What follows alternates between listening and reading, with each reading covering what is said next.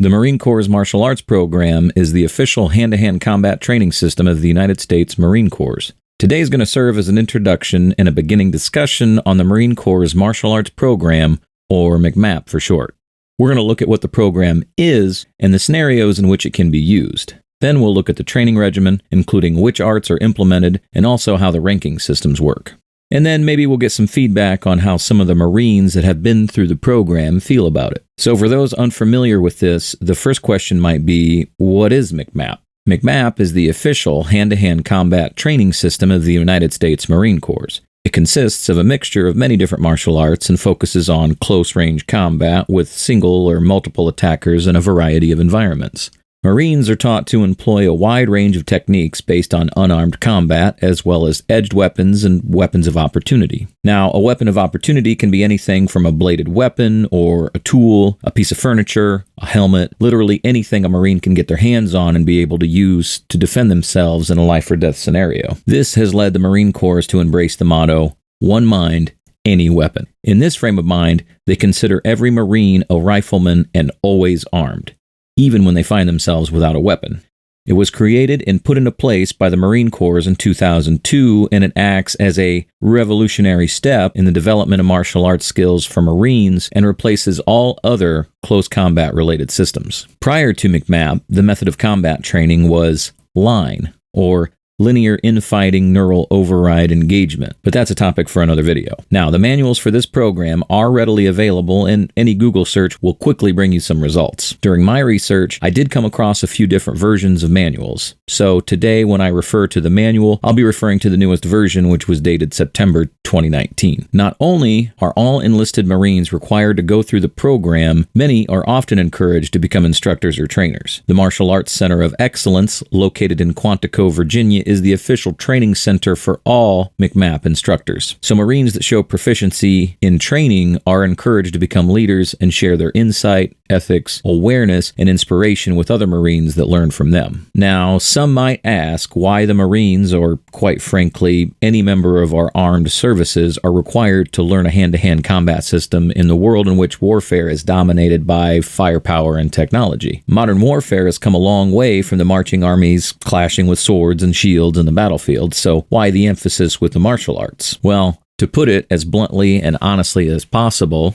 sometimes it happens. There could be any instance where something goes horribly wrong. A vehicle can break down, a position can be overrun, a Marine might encounter somebody on a perimeter check, a gun might run out of ammunition, a gun can jam. This is where we go back to the concept of a Marine always being armed, even without a weapon. And that dictates that in any given situation a Marine may find themselves in, they should always have the means to fight, even if that entails hand-to-hand combat. Now let's consider some environments that members of our armed forces may find themselves: holding a city, or clearing out a building, or doing perimeter checks. It's not uncommon for a Marine to turn the corner of a building and come into close contact with an enemy combatant. And because of this, Marines are trained in the MCMAP system to fight in many different environments, including close-quarter hallways, streets, woods, the beach, and other natural environments where a violent clash may occur.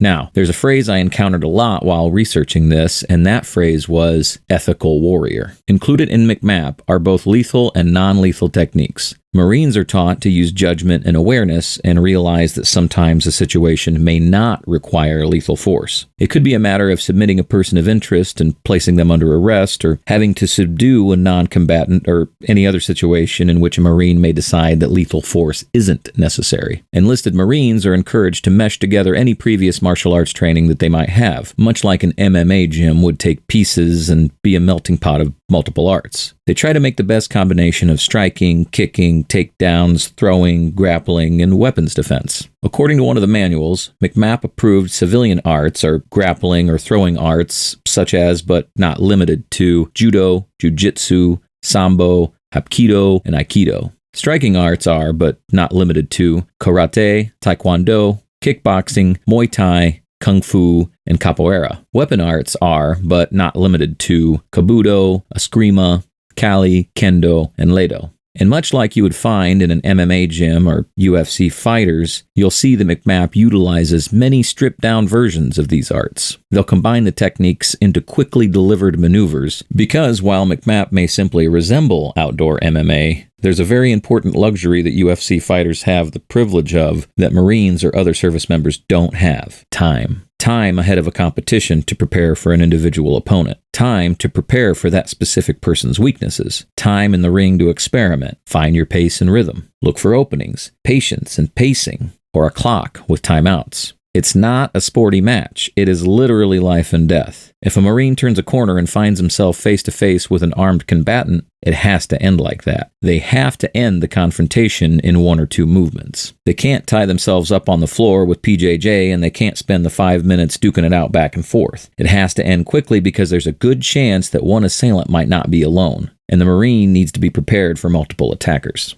And as awesome as the UFC is, it is still a game with rules and safety built in. Real-life combat is not. The Marine Corps' martial arts program is broken down into 3 broad areas of focus: physical, mental, and character. So let's take a quick look at each one as they're outlined in the MCMAP manual. MCMAP is a weapons-based martial arts that utilizes physical discipline to improve mental resiliency and confidence. The martial arts fighting techniques include stances, posture, movement, striking, cutting, thrusting, grappling, restraints, joint manipulations, and weapons integration, which include rifle slash, bayonet-bladed weapons, and weapons of opportunity. There's also a high priority placed on physical fitness. Physical fitness allows Marines to temper physical abilities in order to react better to the demands of combat. Physical exhaustion is one of the most effective and available tools used to prepare Marines to handle the physical and mental fatigue associated with combat. Now, the mental discipline of MCMAP consists of the war-fighting doctrine and professional military education. The warfighting doctrine includes a study of the art of war, tactical decision-making, the tactics, techniques, and procedures of expeditionary maneuver warfare, Marines' core common skill training, force protection, and risk management. Professional military education is the mental development of each Marine to create the eternal student through formal schools, distance learning programs, the professional reading program, battle studies, warrior case studies, the historical study of war, and the study of the Marine Corps' history, customs, courtesies, and traditions. And then we have the character discipline, which is the development of the moral compass on and off today's complex battlefields. The core values of honor, courage, and commitment form the cornerstones of the character discipline. Leadership traits and principles provide Marines with guidance on how to lead in any situation despite the circumstances. Marines will have the tools to effectively lead their subordinate and peers no matter how dire their situation. MCMAP utilizes character development tie-ins, which focuses on values-based decisions such as responsible use of force, substance abuse, social responsibility, suicide prevention, sexual responsibility, equal opportunity, and much more. Regarding uniforms, as per the manual, when conducting MCMAP training, boots and utilities are required at the minimum, with a plan in place to eventually upgrade the training with Kevlar vests and armor. So think about that. It's like training for the UFC, but you have to wear 50 pounds or more of boots, utilities, and gear, and you have to be prepared to fight unknown assailants, multiples of them, then immediately have to run upstairs or a hill or jump out of a vehicle. So forget the comforts of your karate gear or your MMA shorts. Wear all of that and then be prepared to fight for your life. Here, here, and here. However, the Marine Corps' martial arts program still retains a little bit of the traditional martial arts in that they employ their own belt ranking system and their actual practical uniforms. For belts, the colors are tan, gray, green, brown, and black. And black belt goes from 1st degree all the way up to 6th degree. Every Marine has to test through tan belt at a minimum. Each belt level has its own curriculum and required hours of training, both in new material and sustainment hours to reinforce previous belts material. Tan belt introduces the Marine to the basic fundamentals of the physical, mental, and character-based disciplines. Gray and green belt teach the intermediate fundamentals of each discipline, not only learning new material, but sustained hours reinforcing the previous material. Brown and black belt teaches the advanced fundamentals of the system, and any Marine wishing to advance past 1st degree black belt must train at the MACE, or Martial Arts Center of Excellence, and only there may be promoted to higher ranks, which involves instructor training and time and grade into the system. Additionally, any Marine that conducts infractions or inappropriate behavior may have their belt rank suspended or reduced, even as far back as tan belt. Marines whose ranks are suspended, they may retest for their previous rank at the discretion of their commanding officer. However, Marines who have had their belt ranks reduced will have to work their way back up through the curriculum and testing procedures again. Any trainers that were reduced will have to go through their instructor training program again.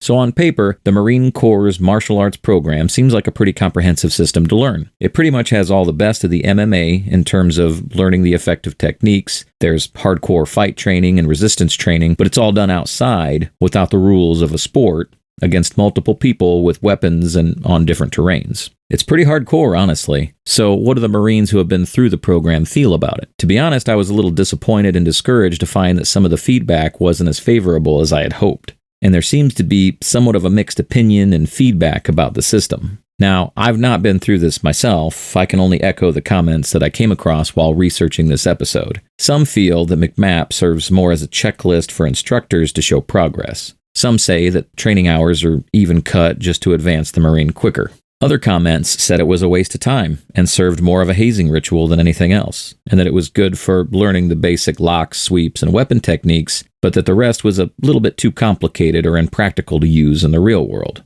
Now, on the positive side, I found that there were those who said it was good for getting in shape and improving their endurance. Many liked the boxing and grappling aspect, even though some felt it should have been kept to just that. And one highlight is that much of the training and sustainment hours are dedicated to free sparring, so at least there seems to be a consistent amount of resistance training in place. As a general consensus, I think this program is pretty fascinating, at least at surface level, and regardless if you think traditional martial arts or mixed martial arts are better, this serves as a great example to set aside a difference between combat in a dojo or a ring in the real world. Life or death scenarios that are really out there. Now, regardless of what you aren't trained in, I fully believe it always comes down to the individual and the skills that you can achieve based on the hard work that you invest into the program. I have a tremendous amount of respect for all of you out there who put yourselves on the line every day to serve and protect us all. So thank you so much for that, and I think we can all learn the important lesson of one mind, any weapon.